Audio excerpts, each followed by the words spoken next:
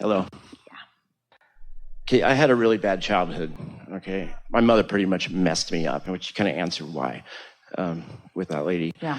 It was tragedy. My mother was an alcoholic, very abusive. Basically, most people are raised by their parents. I was lowered. Yeah. Okay, so I went through a lot of homelessness and addictions and a really hard life. And in 2012, I had a visitation by a spirit.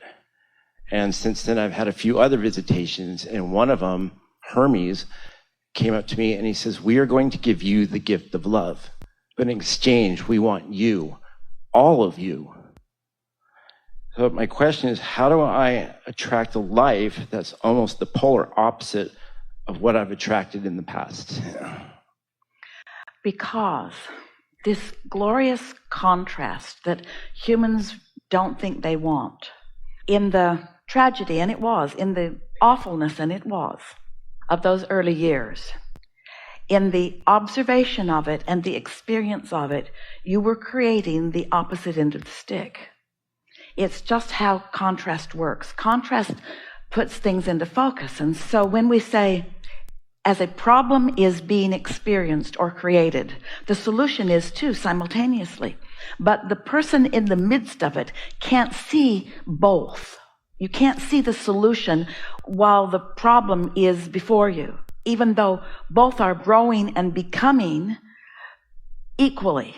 So the worse that is, the more the solution is. Then it becomes about what end of the stick are you focused upon? And most people who have lived that and therefore are remembering that keep that end active. But they keep launching stronger and stronger rockets. So the more you suffer with that, the more you ask for something different, to the point that your desire became stronger than the reality of your belief. And that's the point that you started having those visitations. But you had to have them in unconscious state or in dream state because your current reality wouldn't let them in. In other words, it couldn't just occur to you that easily. It had to come to you in the way that it did. And so now here we are having this conversation. Almost everything that happened in this room today was the underpinning of the conversation that we are having now, isn't it? And so now in your wake state, you're beginning to move through all of this. The conversation about a husband that did not stay loyal is the same conversation about a parent who is not loyal. So many humans think they want a feathered nest, but you don't. And you writhe in the discomfort of the opposite of a feathered nest. Your nest wasn't just not feathered, it was an abusive nest. You were not only not pampered, you were abused. You were not understood. You were not seen. You were not respected. You were not any of those things that your inner being is. And in the absence of those things that you were born knowing were right, and knowing is how it's supposed to be, you launched rockets into this time-space reality that make it a greater probability that moving forward, you and others will move into that than if it had not happened in that way. Your contribution, while it is a vibrational contribution at first, which doesn't seem enough, is a huge contribution. So then the only question is, how do you get yourself in a place where you can begin receiving it? Well, clearly you already have. You see, there are two ways of going about this. When life is treating you really badly and causes you to launch rockets of desires, and you don't know, there's no one to influence you, or you're not figuring it out, how to turn in the direction of what you want, then it doesn't get better, but the more you want it, then the worst of it feels. Once you start wanting it to be different, the awfulness of how it is even worse. Ooh, contrast is still serving you, which makes you want it even more. But if you don't know how to close that gap, then you feel even worse, which makes you want it even more. But if you don't close that gap, you feel worse now, which makes you want it even more, until eventually you want it so much that you have a breakthrough into it, because the desire factor is more dominant than the belief factor. The new creation becomes bigger and more emphatic than the current reality.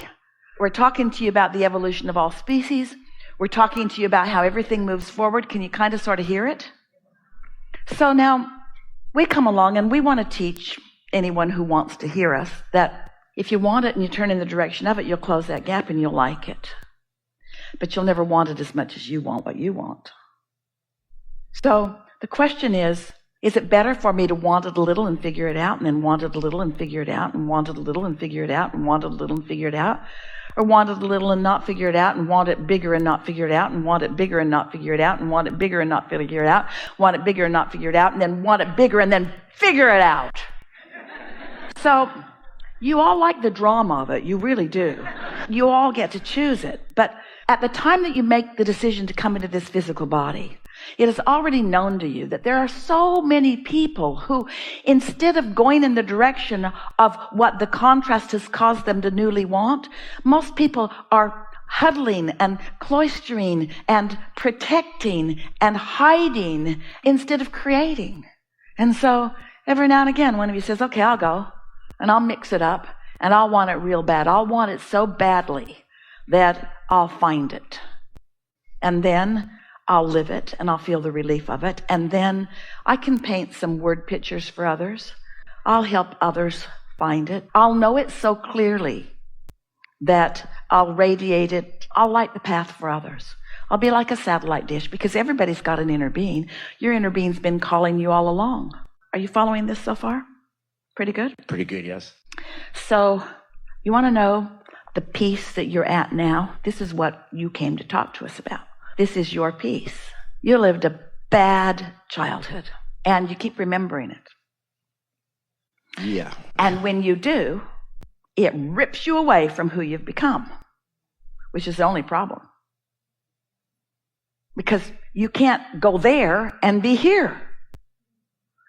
So if you were to hear that and care about staying here where you feel so much better, from your now knowing and your now offering a vibration, you will alter that childhood. You'll understand it for what it really was.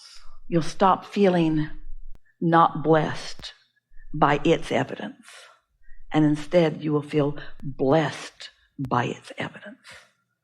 And once you feel blessed, then it morphs to be the beautiful thing that it really was, not the wrong thing. Not the thing that proved you weren't good, the thing that is evidence of your goodness. Does that make some sense to you?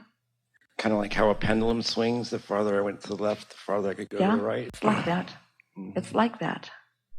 When you look back at it and remember those poignant episodes that wash across your mind and take you to your knees, when those thoughts come, you're attempting to do something that no one can do. You're attempting regression. Because, as we said earlier, whether you're focused on the past or the present or the future, you're doing it now. So there's only two piles, alignment with source or not. So when you're in the alignment with source pile and you look back, there's no regression because you see it from your now knowing. But when it feels awful when you think back on it, you're attempting regression. You're attempting to be something that you are not. It's deep, we know, but you're getting it. You understood that. You understood that. You know how you go home and you feel homesick? That's because home makes you sick. It's because if there's too many of them remembering who you were, they activate who you were, which clashes with who you are. And so you got to be real clear about who you are before you go home. You got to remind yourself, do some focus wheels, remember who you are. And then when you go home, you'll see the beauty in all of them that's never been there before. Be like a whole group of strangers rendezvoused with you at the homecoming. I never knew you were so great. That is so true. It's because I get stuck thinking about the incidents that happen in my house. Yeah, it starts making me feel like I'm unlovable and worthless, and it's hard for me to attract love. It was never about you. It was about where they were. Yeah, I just wrote that down a few minutes ago. It's about where they were, and of course you got caught up in it. How could you not? It's a reality that you're all living. But out of it was born such clarity about who you are. And there will come a time, not far from now, maybe it'll happen right now, maybe by tomorrow, maybe it'll be a little while, but there will come a time when you will stand in the wholeness of who you are and feel appreciation about what that was in its accomplishment of who you now are. And then a warmth and a richness and a wholeness will wash through you and over you as you totally embrace who you've become as a result of that. It's like if you were to turn on your radio, you wouldn't condemn it because in its now it's playing the song that you've got it tuned to. You wouldn't say, why aren't you playing that song that I heard 5 years ago? You get it that your radio is current and it's rendezvousing with what's happening in the now atmosphere. And you're like that too. It's how you're tuning that matters. That's all that matters. So, past, present, or future, how are you tuning? I understand, yeah. And about the dream thing, most of my communication is through dreams. How can I get more so that I'm in tune while awake? Because I already do channel.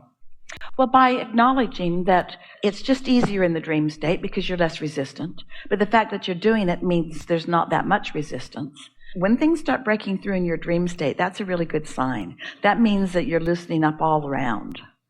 Your beliefs are shifting and so forth. So just acknowledge the things that are the way you want them to be, no matter whether it's past, present, or future, or whether it's dream state or wake state. Esther has a different relationship with her Utah house than she's ever had because of the vision that she had a few minutes ago. That place is different now because of that train of thought that happened. And where did it come from? Well, we inspired her. We found it in her vortex, pieces of it, and focused upon it in a very clear way. And in her receptive mode, she couldn't not see it. Why'd we do that? It was fun. She liked it. There's nothing serious going on here. You've come into these experiences not to prove worthiness, you already are, and not to fix a broken world, it isn't broken. You've come for the pleasure of managing your own energy flow.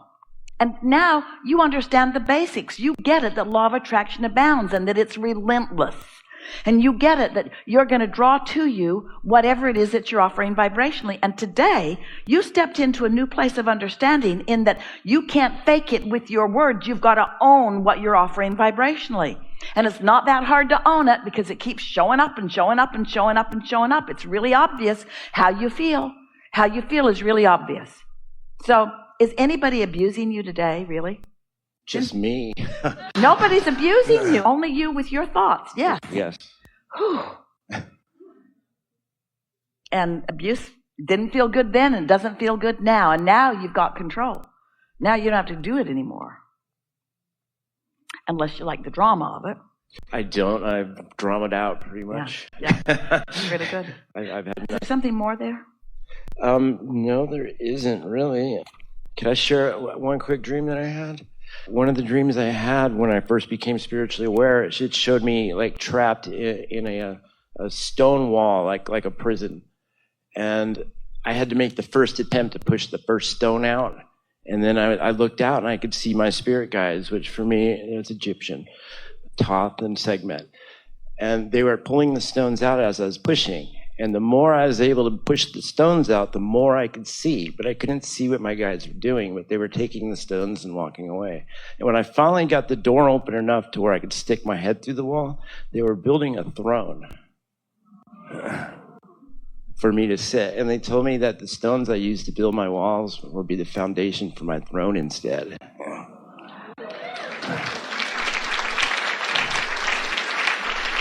The poetry of it is really beautiful, isn't it? I channel poetry, yes.